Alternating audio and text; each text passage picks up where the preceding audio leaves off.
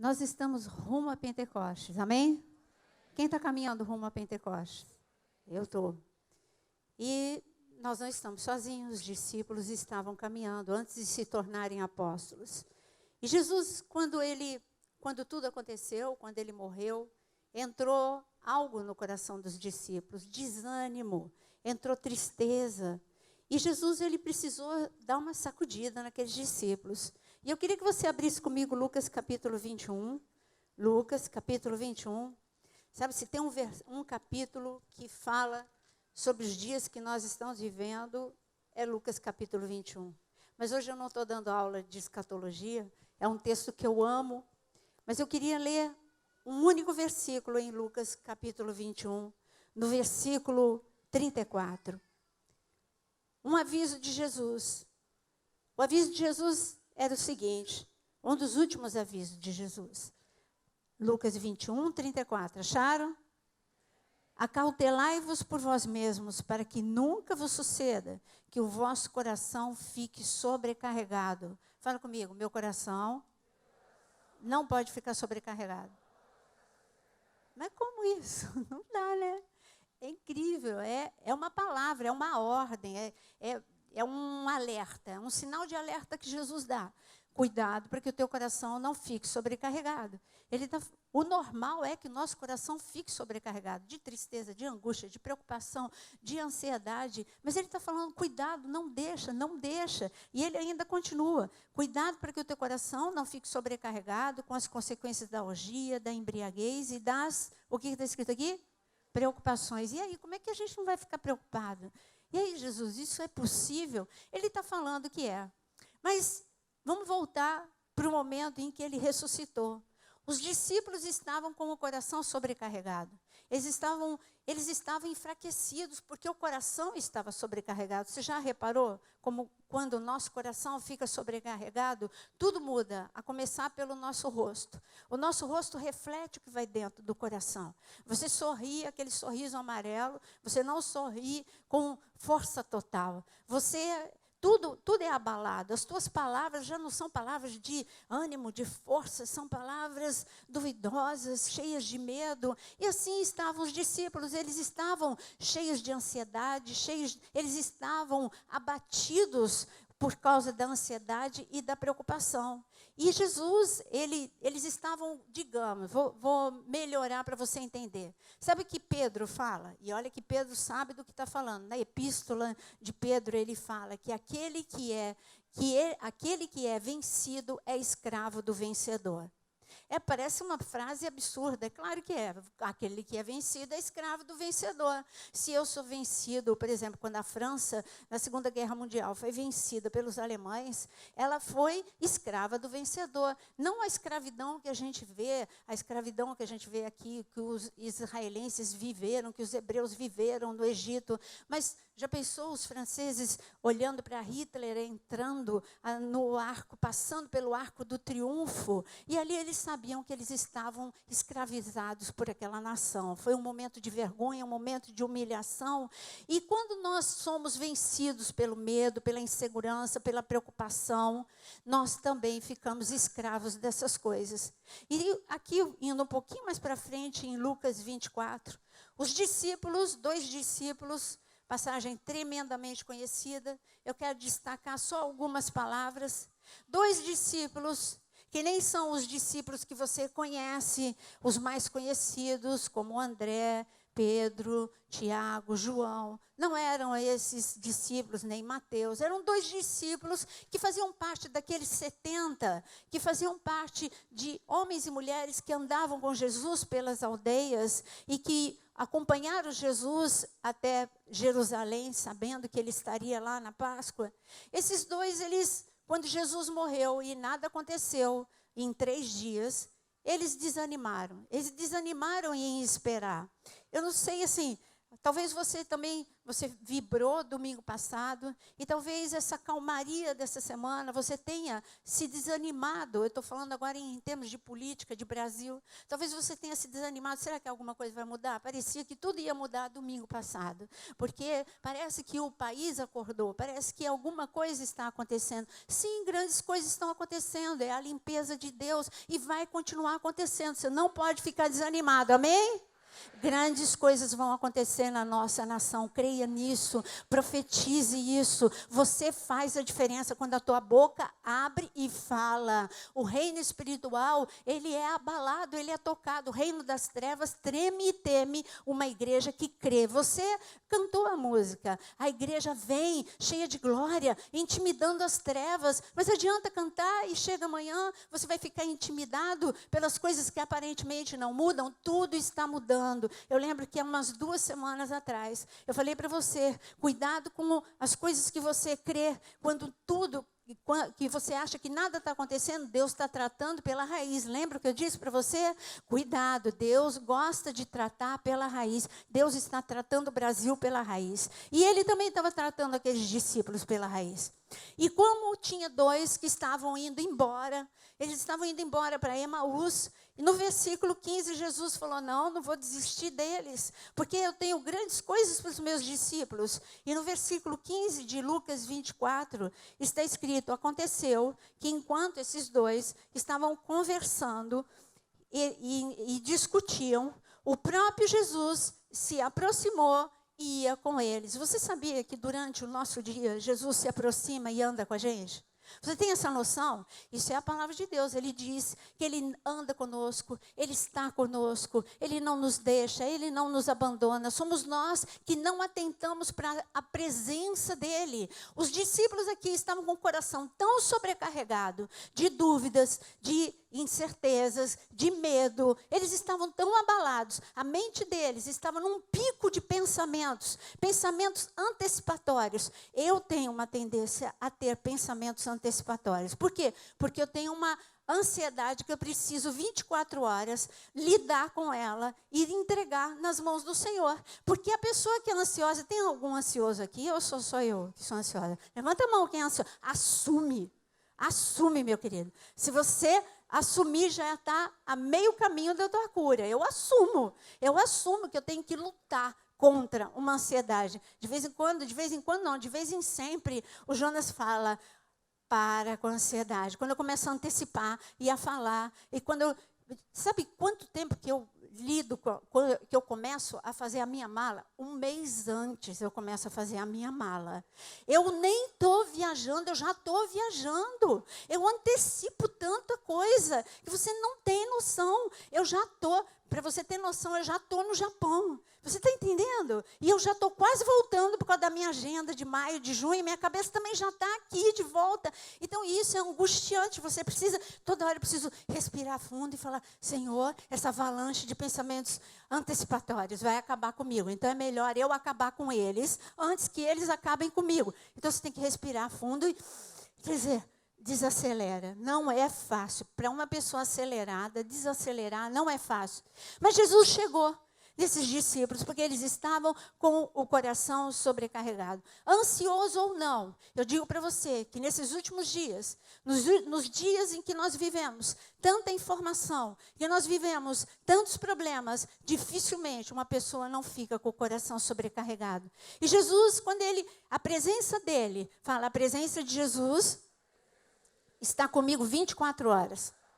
Você sabia que você não sabe disso? Você precisa repetir e falar alto, para você tomar consciência de que Ele está 24 horas com você. Ele ouve as tuas reclamações, Ele ouve os teus pensamentos desacelerados, antecipatórios. Ele ouve todas as suas angústias e aflições. E Ele chegou perto desses discípulos e eles começaram a falar. E Ele começou a ouvir e eles falando, parece a gente, né, durante o dia. Falando.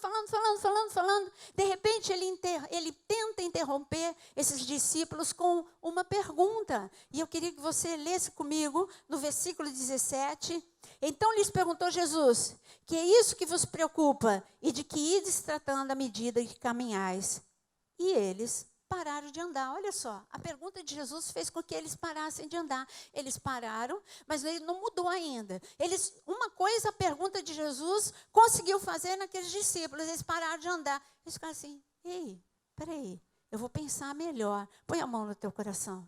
Põe a mão no teu coração. E Jesus te pergunta da mesma forma que ele perguntou para esses 2 discípulos. O que é que te preocupa? Responde para ele. É a tua família, as finanças, a saúde, é o teu ministério. O que é que te preocupa?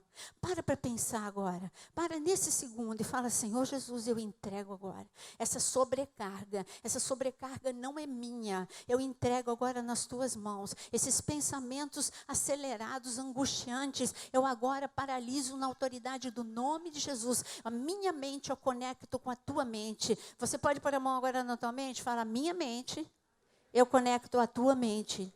Em nome de Jesus, em nome de Jesus. E assim, porque a preocupação, ela é um fator estressor na tua vida. Você já reparou isso? O Jonas falou sobre isso. Envelhece, ela traz gastrite, traz tanta coisa.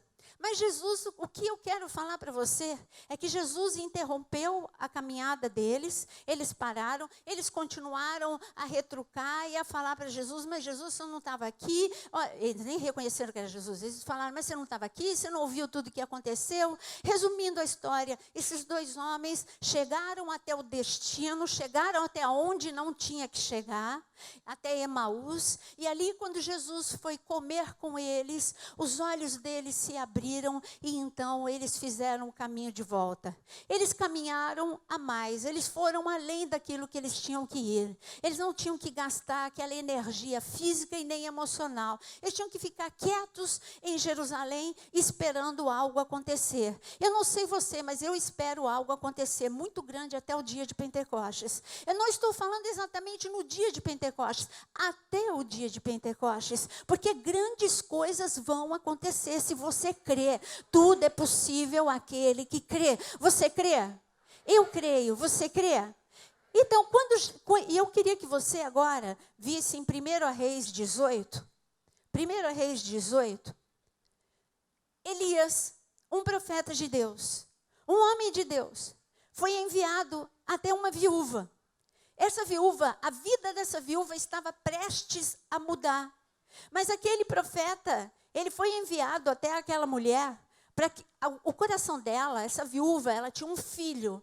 Essa viúva, ela não tinha suficiente comida nem para ela, nem para o filho. Ela estava, como ela mesma fala para o profeta, quando o profeta interrompe o caminho dessa mulher, ela fala para o profeta, olha, eu só tenho um pouquinho de farinha e um pouco de graveto nas minhas mãos, e essa é a última refeição antes de morrer, que o meu filho e eu vamos fazer. Essa mulher tinha um discurso, essa mulher tinha pensamentos. O que você acha que essa mulher estava pensando quando ela estava caminhando? Ela estava pensando na morte. Ela estava pensando em algo que não tinha como mudar. A situação da casa dela não tinha como mudar.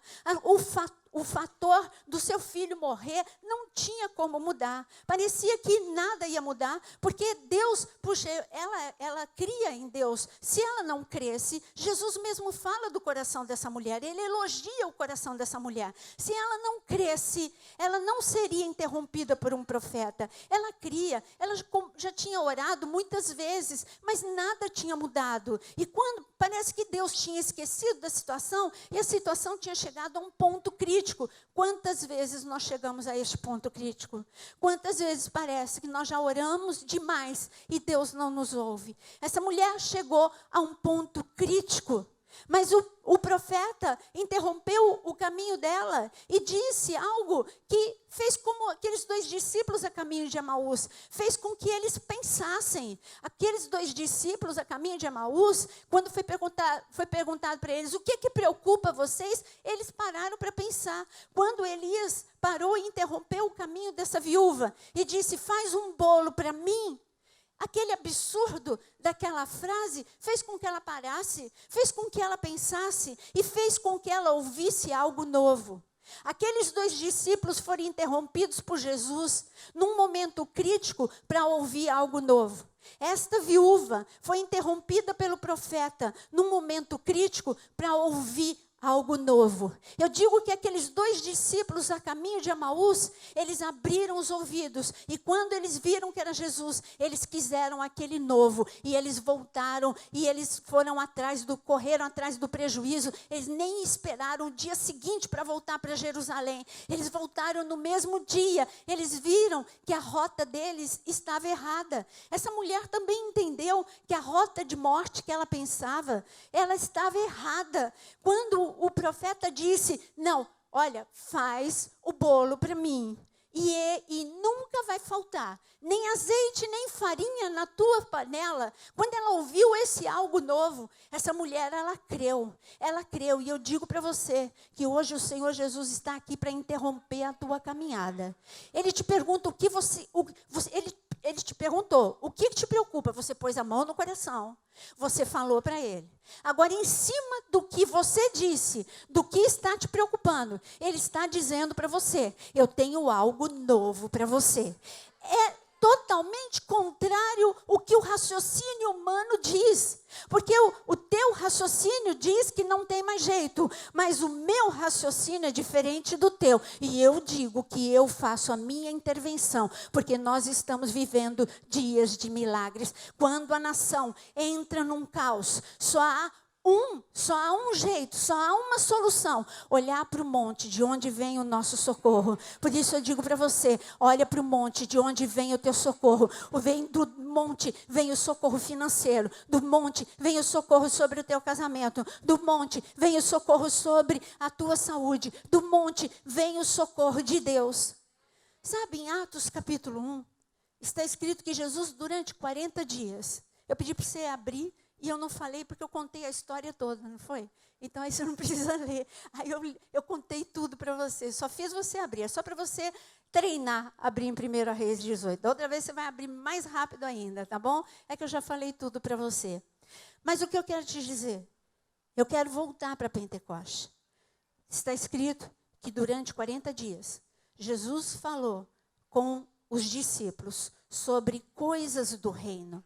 Quando a gente fala coisas do reino, parece que ele fala só sobre coisas do reino de Deus.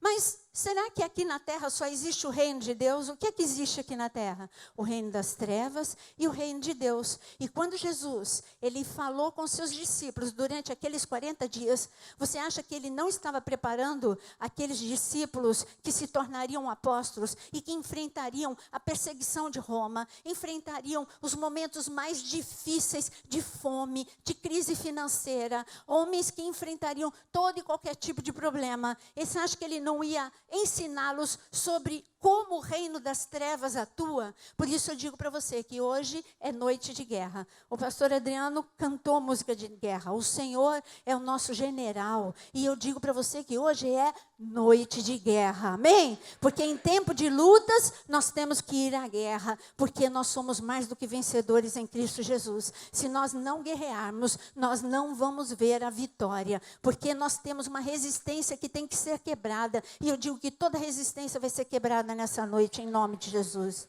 Jesus já tinha ensinado para os discípulos, e eu garanto que ele recordou durante esses 40 dias, o que está escrito em João 10, versículo 10. A despeito de 90% saber esse versículo decor, eu quero que você abra em João 10, 10. E para você não ficar frustrado, eu vou ler, tá bom? João 10, 10. Mesmo os que sabem decor. João 10, versículo 10.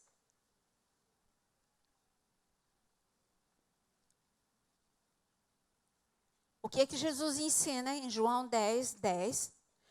O ladrão vem somente para, vamos falar todo mundo junto?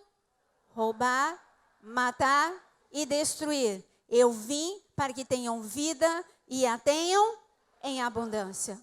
Jesus fala que E com certeza ele recordou, eu tenho essa certeza absoluta de que aqueles 40 dias, para que houvesse uma explosão de poder naqueles discípulos, ele teve que relembrá-los de algumas verdades que ele já tinha ensinado. E ele, como você está lendo aqui, ele já tinha ensinado que o reino das trevas, que o nosso inimigo, o nosso adversário, ele vem para matar, roubar e destruir. Mas será que é nessa ordem que ele faz? Foi nessa ordem que ele entrou na vida daquela viúva que você acabou de ver comigo em 1 Reis 18? Foi nessa ordem que ele também entrou na vida daqueles discípulos de Emaús, matar, roubar e destruir? Não, a ordem não é essa. A ordem, a primeira coisa que ele faz na nossa vida é roubar. A primeira coisa que ele rouba para nos tornar pessoas fragilizadas, para nos tornar pessoas presas fáceis dele, ele rouba a presença de Deus na nossa vida. Mas como que isso é possível? Você acha que é algo possível que o inimigo roube a presença de Deus na tua vida? Sim ou não? É possível. Ele rouba a presença de Deus ocupando o teu tempo. Ele rouba a presença de Deus ocupando os teus pensamentos. Ele rouba a presença de Deus, roubando a tua paz, roubando a tua alegria. Quando a tua alegria é roubada, você tem menos ânimo para orar, você tem menos ânimo para ler a palavra, você tem menos ânimo para pensar em promessas de Deus. Essa viúva que foi interrompida pelo profeta, ela não teve ânimo para pensar em palavra ou em promessa. A única coisa que ela pensava era em morte, em destruição. A única coisa que aqueles 2 discípulos na estrada de Emaús, eles conseguiram pensar é que eles tinham tido momentos felizes na presença de Jesus. Eles creram, eles viram demônios saírem diante do nome de Jesus. Eles viram enfermos serem curados. Mas a grande promessa da ressurreição não aconteceu e agora a vida deles não fazia mais sentido. Agora, eles que tanto anunciaram o reino de Deus, eles iam voltar para casa envergonhados. Está vendo? Os amigos iam dizer, os amigos e os vizinhos diriam: vocês perderam tempo indo para Jerusalém. Vocês perderam tempo seguindo aquele que dizia ser o Messias. E é assim que acontece com a gente também. As pessoas, às vezes, quando as coisas não acontecem na nossa vida, eles falam: você está perdendo tempo indo na igreja. Você está perdendo tempo orando e crendo. Nada está mudando. Teu marido não muda. Teu filho não muda. As tuas coisas não estão mudando. Mas eu digo que se você crer até o fim, tudo vai mudar. Tudo vai mudar. É assim, sabe, Elias, esse mesmo profeta, ele tinha quando ele subiu, quando Deus falou para ele: vai chover. Deus falou para Elias, esse profeta que interrompeu a caminhada da viúva. E Deus falou para Elias: vai chover. Quando Deus falou para Elias: vai chover, Elias, ele começou a ver nuvens negras, mas o céu estava limpinho, limpinho. Mas o espírito dele, se você pegar o texto, está escrito que ele acreditou que haveria chuva abundante, tanto que ele começou a anunciar para todo mundo, inclusive para o rei de Israel, sem medo de errar. Ele começou a dizer: corre que virá chuva abundante. Evidência ele não tinha nenhuma. Ele tinha uma palavra e 0 de evidências. Eu digo para você que você tem a palavra de Deus, mesmo que você não tenha nenhuma evidência acontecendo ao teu redor, você tem a palavra de Deus que é mais forte do que qualquer evidência. A palavra de Deus, ela é fiel. Deus é fiel. Jesus é a palavra. E a palavra de Deus não cai por terra. A palavra que Deus liberou sobre o Brasil, de que tudo vai mudar, de que o Brasil vai ser o celeiro de avivamento, de que o Brasil vai ter o suficiente para sustentar missionários, que o Brasil vai ser uma terra de abundância e de fartura, vai acontecer, vai se cumprir. Você tem que falar, você tem que crer, assim como o profeta Elias. Mas o profeta Elias, ele não só creu, não só anunciou, mas ele fez algo. Ele subiu, o diabo não conseguiu roubar a presença da vida desse homem. Não conseguiu roubar. Todo mundo falando, o que? Vai chover. O rei não acreditou nele, tanto que nem acelerou. Porque não tem nuvem. Há 3 anos e meio que nada acontece, Elias. Há 3 anos e meio que não chove, Elias. Você acha que vai chover agora? E você pode dizer, pastor, há quantos anos que nada muda nessa nação? Há quanto tempo nada muda na minha vida? E eu digo para você, sabe uma coisa que rouba? Inclusive o que você está fazendo agora. Uma pessoa que passa, todas as cabecinhas voltaram para uma pessoa que passou. Isso é roubar a presença de Deus, sabia? Você tem que realmente, quando a gente quer, a gente não deixa que nada distraia a gente. Nós ficamos conectados, não com a pastora Nária, mas com a palavra de Deus que está sendo liberada. Você não pode perder nenhum minuto da palavra de Deus. Mas como eu sou teimosa, eu continuo do mesmo ponto que eu estava falando. E quando Elias subiu, crendo numa palavra, orando a palavra que tinha sido liberado, não era sobre ele, era sobre a nação, mas ele ia ser beneficiado com a palavra que tinha sido liberado sobre a nação. E a palavra que Deus tem liberado sobre a nossa nação, cada um de nós vai ser beneficiado, cada um. E quando ele subiu, ele por 7 vezes nada viu. Ele estava empatado. O seu discípulo nada viu. Ele, com os seus olhos físicos, nada viu. Mas no seu espírito, ele via nuvens negras. Ele ouvia barulho. Ele disse para o discípulo, mas eu ouço ruído de chuva. E eu digo para você, eu ouço ruído de milagre sobre essa igreja. Eu ouço ruído de milagre sobre a tua família. Eu ouço ruído de milagre sobre a tua saúde. Eu ouço ruído de milagre sobre as tuas finanças. Eu ouço ruído de milagre, porque o nosso Deus está liberando unção e poder sobre nós, E aqui, então, a primeira ação do diabo é roubar. Mas você vai dizer agora, tudo que é meu, levanta a tua mão, toda a minha fé, toda a esperança, toda a alegria, toda a paz e toda a presença de Deus que foi roubada da minha vida, seja restituído em nome de Jesus, em nome de Jesus, em nome de Jesus. Mas Jesus disse que ele rouba e depois ele faz o quê? Ele destrói.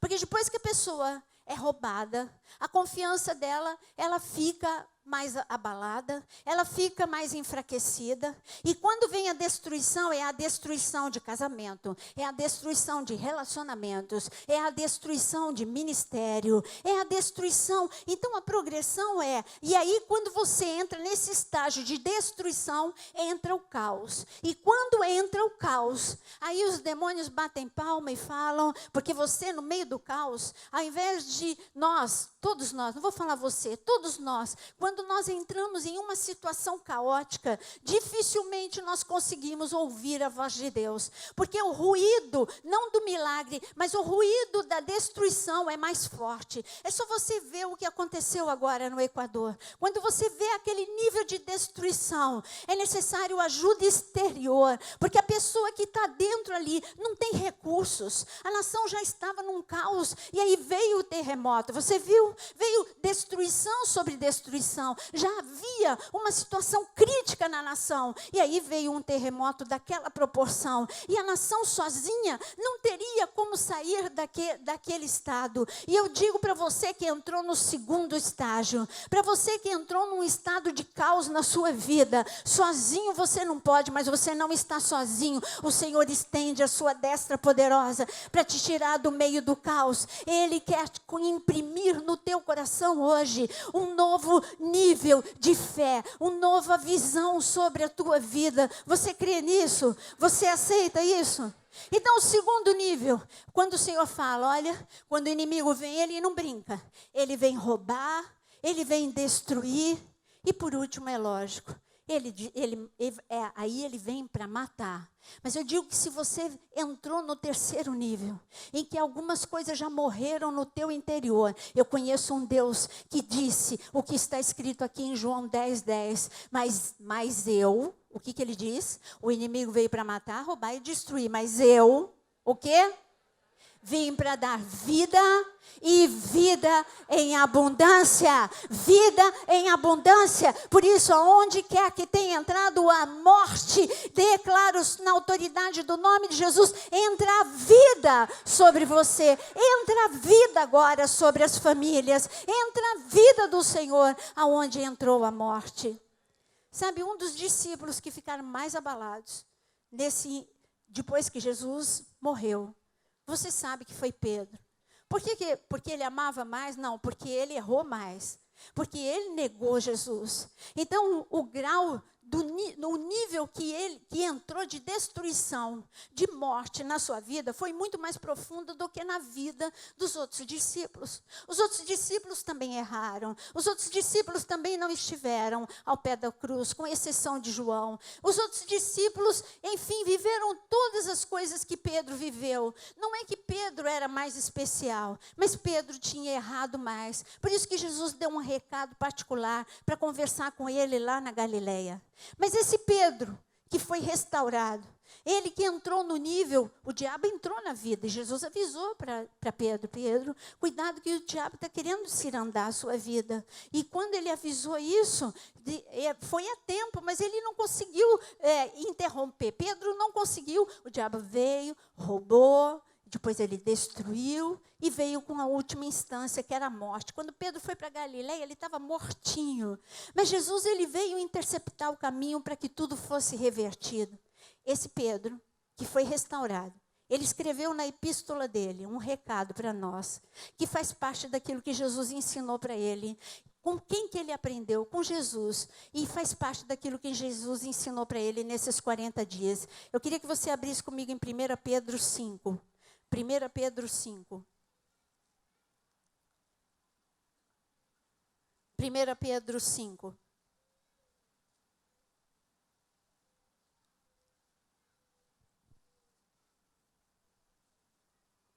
Pedro 5, versículo 7. Eu vou começar no 6 para fazer mais sentido. 2 Pedro, desculpa. Não, é 1 Pedro 5, versículo 6. Humilhai-vos, portanto, sob a poderosa mão de Deus, para que ele, em tempo oportuno, vos exalte, lançando sobre ele o quê? Toda a vossa ansiedade. Por quê? Porque ele tem cuidado de vós. Agora o versículo 8. Eu quero que você escute com muita atenção. Sede sóbrios e vigilantes. O diabo, o vosso adversário, anda em derredor, como um leão que ruge, procurando alguém para devorar. Eu vou ler essa mesma passagem na Bíblia, a Mensagem. A Bíblia, a Mensagem, não é uma tradução, é uma interpretação. Por isso, cuidado de você adotar só a Bíblia, a Mensagem. Ela é fantástica para você ler, no sentido de você ler como ela está na tradução, e depois você lê na Bíblia a Mensagem. Isso abre um pouco o entendimento. É uma interpretação, não é uma tradução. Então, eu vou ler só para você ver o mesmo versículo, como ficou interessante. Tenha uma mente tranquila, mas esteja atento. O diabo está querendo atacar e não quer outra coisa senão apanhar você desprevenido. Não baixe a guarda. Vocês não são os únicos a enfrentar momentos difíceis. Acontece o mesmo com muitos cristãos ao redor do mundo. Por isso, fique firme na fé. O sofrimento não durará para sempre. Não na presença de um Deus generoso, que tem planos eternos e gloriosos. Ele vai conservá-los unidos, firmes para sempre, porque Ele tem a última palavra. Amém? Você recebe? Mas eu quero voltar na tua tradução. É porque eu li o versículo 8 e 9 na versão A Mensagem. Com você eu li só o versículo 8, né? Mas eu li na Bíblia A Mensagem o 8 e o 9. Mas vamos voltar à tua tradução. Ele diz o seguinte: sede sóbrios e vigilantes, porque o diabo, o vosso adversário, anda em derredor. Primeiro princípio que você precisa entender. O teu inimigo está mais perto do que você gostaria que ele estivesse. A despeito de você ter anjos ao teu redor, Você tem o inimigo todos os dias e todos os momentos ao teu derredor. Por mais santo que você seja, por mais princípios de Deus que você guarde e cumpra, você tem um inimigo que está ansioso para te destruir. Se você tiver essa consciência, muita coisa vai melhorar na tua vida, porque você não vai mais vacilar. Você não vai mais querer dar mole. E querer dar mole, sabe o que é? É quando a gente entra num estado de angústia, de preocupação, quando você para de orar, quando você para de crer, quando você para de esperar, quando você vem aqui para a igreja para cumprir ponto, e não para receber a presença de Deus. Você precisa vir para cá para receber a presença de Deus. Você precisa vir para cá para receber uma palavra de Deus para a tua vida. Não é uma palavra qualquer, é a palavra de Deus para a tua vida. Você precisa chegar ansioso para receber e saber que essa palavra vai mudar tudo a tua semana, em nome de Jesus. E aí você ficaria com mais temor de ficar no Fantástico, com mais temor de ficar na cama, e você viria sempre correndo para receber uma palavra que muda a tua semana. Mas não só no domingo, mas isso é outro assunto. Mas eu estou falando que o nosso inimigo, ele anda mais perto do que nós gostaríamos que ele andasse. Você acha que Jesus não avisou isso aos discípulos durante os 40 dias que ele aqui esteve? Avisou. Mas ele não só anda ao nosso derredor. E aqui está escrito que ele anda e faz outra coisa. O que ele faz? Qual é a outra coisa que ele faz aqui? Vamos ler? Então ele anda em derredor como um leão. E qual é a outra coisa que está escrito aqui que ele faz? Ele o quê? Fala bem alto. Ele ruge. Quando o leão ruge, ele emite um som que intimida. Quando o nosso inimigo ruge, ele lança palavras. As palavras que ele lança são diárias.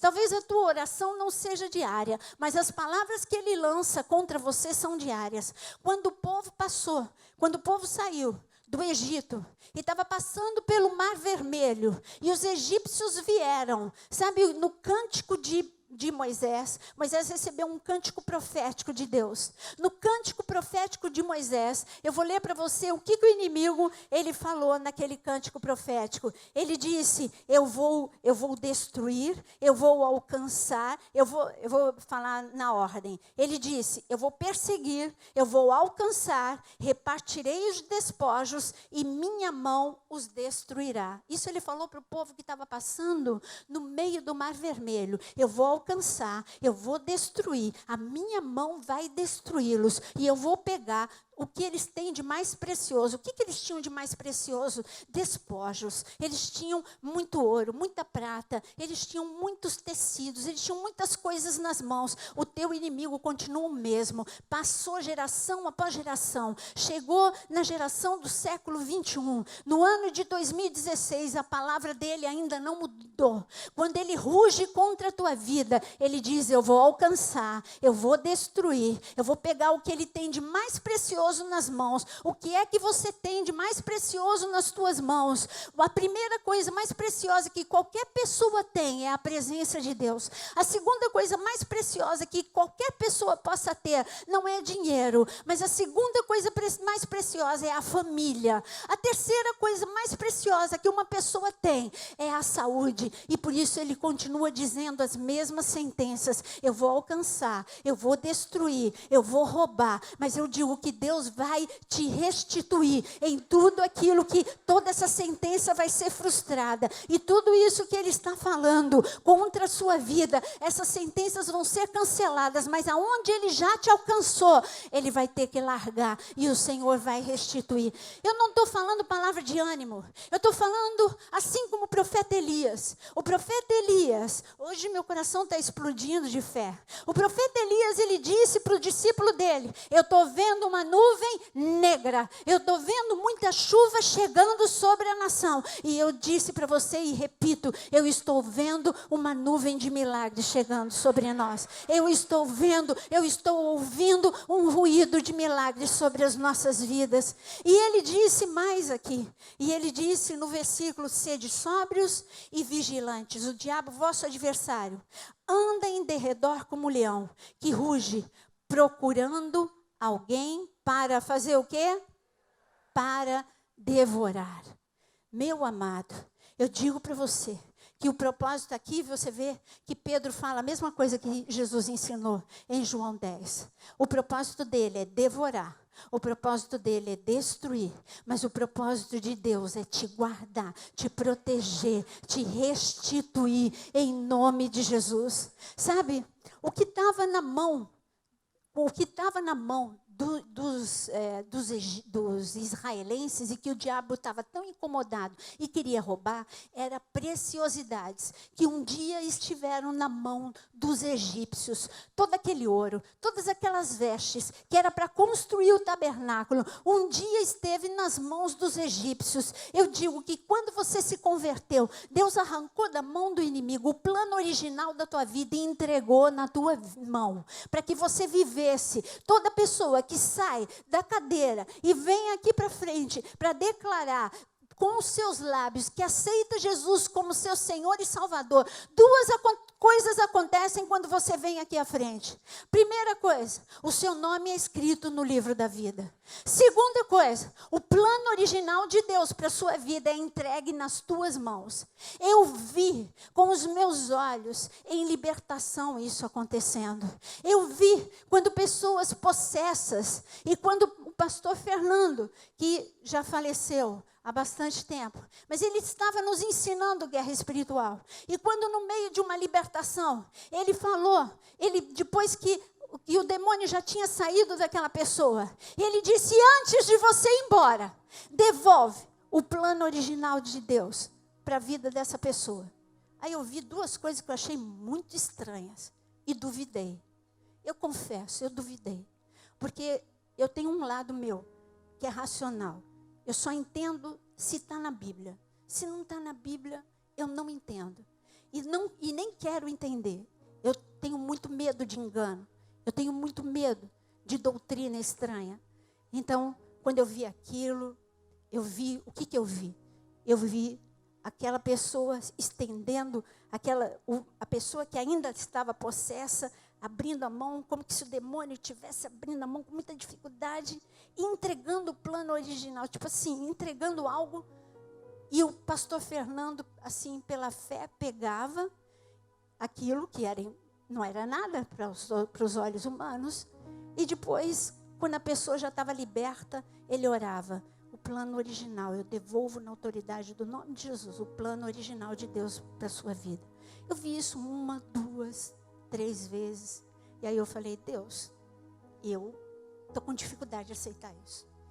Eu comentei com o Jonas: amo o pastor Fernando, mas estou com muita dificuldade de aceitar isso, a despeito do que os meus olhos estão vendo. Eu preciso que Deus me mostre na Bíblia. Eu preciso. E aí o Senhor começou a mostrar para mim, de Gênesis a Apocalipse, como o plano original de Deus é roubado das nossas vidas. Como o que está escrito no Salmo 139, versículo 16, tudo aquilo que está escrito sobre a tua vida, sobre a minha vida, como é roubado na nossa trajetória, até mesmo quando a gente anda aqui na igreja, é roubado, porque nós fazemos como aqueles 2 discípulos de Emaús, nós deixamos o nosso coração sobrecarregado, e ele que está ao nosso derredor, ele entra, e ele rouba a esperança, ele rouba a fé, ele rouba a tua visão espiritual, ele rouba a presença de Deus. Ele não pode possuir o teu corpo, mas ele rouba, e você vive uma vida medíocre, e Deus falando: não, eu não quero que você seja roubado. O diabo vem para matar, roubar e destruir, mas eu vim para te dar vida, e vida em abundância. E a vida em abundância que eu tenho para você é o plano original. Eu quero te devolver esse plano original. Aí, na próxima libertação, eu olhei com outros olhos. Passaram-se o tempo, porque eu era aprendiz dele. Eu estava ali como discípula. Passou o tempo, e um dia, quando eu estava numa libertação, eu falei: eu vou testar. Agora é a prova dos 9. E se não funcionar? Você sabe que é que nem... Você já reparou que o Jonas tem uma unção para fazer apelo? Que é algo assim, espetacular. Aí vem 20, vem 30. Ele fala assim: Jesus te ama. E a pessoa vem e aceita Jesus. Só isso. Aí por muito tempo, eu não sei se você lembra, eu não fazia apelo. Aí eu acabava de pregar. E eu chamava o Jonas. Aí o Jonas falou assim, não faça mais isso, porque eu não vou subir. Você tem que fazer. Eu falei assim, e o medo de que ninguém levante a mão? Eu falei, e o medo? É uma coisa, o negócio é estreito. Vem aqui em cima, fica aqui. Faz o apelo e ninguém levanta a mão. Aí você conversa comigo depois. Mas aí eu falei assim, eu vou vencer esse gigante na minha vida. E eu vou, não sou eu que convenço, é o Espírito Santo. Eu posso não ter a unção que ele tem nessa área. Mas eu vou na minha. E seja o que Deus quiser. E aí eu comecei. Algumas pessoas começaram até a estranhar que eu comecei a fazer apelo. Mas ainda não estou fazendo apelo não, viu? Mas, se você não aceitou Jesus, não me deixe sem graça não. Levanta a mão. Tá? Mas o que eu queria te dizer é que na próxima libertação, eu falei, eu vou fazer isso. Eu vou ver. Eu quero ver o poder de Deus. Porque eu estou entendendo que Deus quer restituir. Eu quero ver isso com os meus olhos. Então, quando eu fiz a mesma coisa. Quando a pessoa ainda estava... Não é qualquer libertação, é só quando Deus te direciona. Muitas eu fiz sem fazer isso. Mas nessa eu senti que eu tinha que fazer isso. E eu olhei para aquela pessoa. Era uma legião que estava saindo daquela pessoa. Antes mesmo que os demônios saíssem, quando eles estavam manietados, amarrados pelo poder de Deus, eu disse, agora, antes de você sair, paralisado do jeito que você está, antes de você sair, você vai entregar o plano original dessa vida. Gente, e eu vi o espetacular acontecer. A mesma coisa. Aquela, sabe, ele hesitava, não queria. Eu falei, é verdade. E eu digo agora, eu comecei a declarar a palavra de Deus. Eu comecei, se você não devolver o plano original, eu vou contar tudo aquilo que aconteceu na cruz do Calvário de novo, para você ouvir a tua vergonha, o teu vexame. Eu vou falar tudo aquilo que aconteceu. E eu comecei a proferir algumas coisas, e nisso entregou. E aí, quando a pessoa já estava liberta, que alegria, com muita alegria, eu entreguei o plano original da vida dela. Mas não adianta eu entregar se você perde. O que eu quero dizer é que você não precisa passar por uma libertação para ter o teu plano original de volta na sua vida. Jesus está aqui e agora, a caminho de Pentecostes. Ele está dizendo o plano original meu para a sua vida. A primeira coisa é que você seja uma pessoa cheia de poder, autoridade, que você tenha dons, que você tenha fruto do Espírito, e que você seja cheio da minha presença. Essa é a primeira linha do meu projeto original para você. A segunda linha do meu projeto original para você é que você viva o milagre que viveu Noé, a tua família ser guardada por mim. Os últimos dias são como os dias de Noé. Noé teve toda a sua família guardada, porque ele creu e o Senhor guardou toda a família de Noé. A segunda linha do projeto original de Deus para a sua vida é que você tenha uma família restaurada e guardada debaixo do poder de Deus. A terceira linha do projeto original de Deus para a sua vida é que os céus estejam abertos, e mesmo que a nação esteja vivendo momentos difíceis, tudo aquilo que você tocar prospera, porque você tem a unção que estava sobre Isaac, toda a tua semente, o Senhor faz prosperar a 100 por 1 em nome de Jesus. A quarta linha do projeto original de Deus é que você não seja uma pessoa morna, não seja uma pessoa religiosa, mas seja uma pessoa avivada, um filho e uma filha cheio do amor, de paixão e de presença do Espírito Santo, a ponto de não ficar sentado na cadeira como você está agora. Você já devia estar em pé, orando, glorificando. Levanta agora onde você está e começa a adorar a Deus. Levanta as tuas mãos e diz: Senhor, eu não saio daqui sem o projeto original na minha mão. Eu creio no teu poder, eu creio creio na tua unção. Eu creio, Senhor, nas nuvens que estão chegando sobre esta igreja.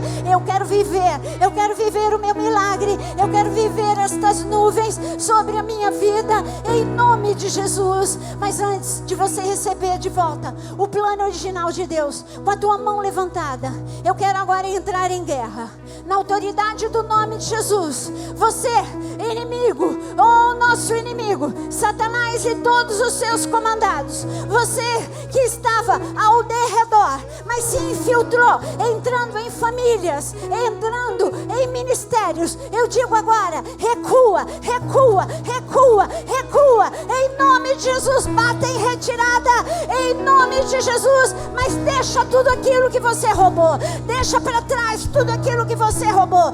Eu digo agora, deixa agora, solta, correntes sejam quebradas, em nome de Jesus, em nome de Jesus. Eu declaro agora, a saúde venha sobre o teu corpo, a saúde entra no teu coração, saúde emocional, saúde física, vem agora como despojo sobre a tua vida. Recebe despojo, em nome de Jesus. Vem agora a alegria, a paz, a segurança, a esperança, venha como despojo sobre a sua vida. Venha a paz que excede todo entendimento, vida e vida em abundância, entra agora na tua vida, em nome de Jesus, em nome de Jesus.